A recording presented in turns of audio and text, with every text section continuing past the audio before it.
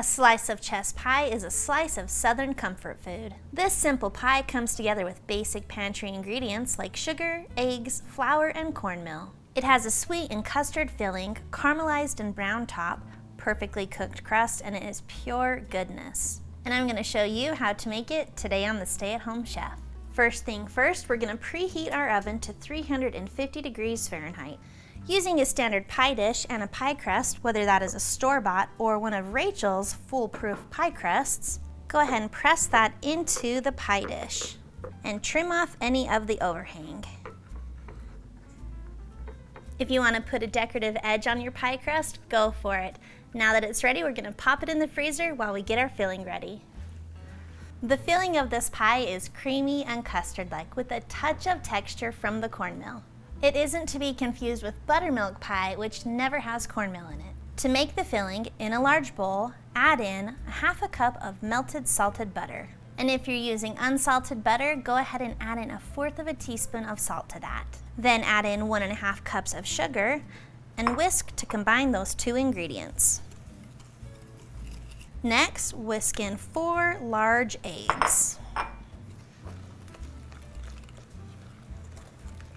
3 tablespoons of cornmeal, which is essential for chess pie. 1 tablespoon of flour, 1/4 cup of milk, 2 tablespoons of lemon juice, which helps brighten up the pie just a bit, 1 teaspoon of vanilla extract, and ½ teaspoon of salt. Mix that for about a minute to combine.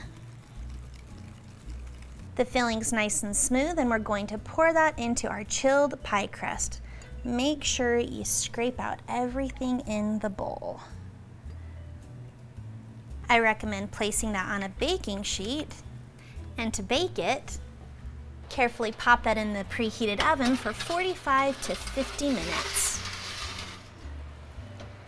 until the edges and center of the pie are completely set. You don't want to see any jiggle in the center. If you feel like the top is browning more than you'd like, you can definitely tint it with foil. Once it's perfectly cooked, let it cool for about 2 hours. If you can wait that long, dust it with a little bit of powdered sugar and you are ready to eat.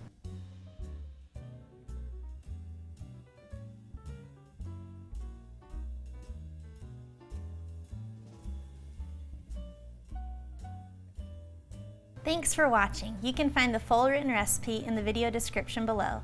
Be sure to check out thestayatHomeChef.com where you can find hundreds of restaurant quality recipes you can easily make at home.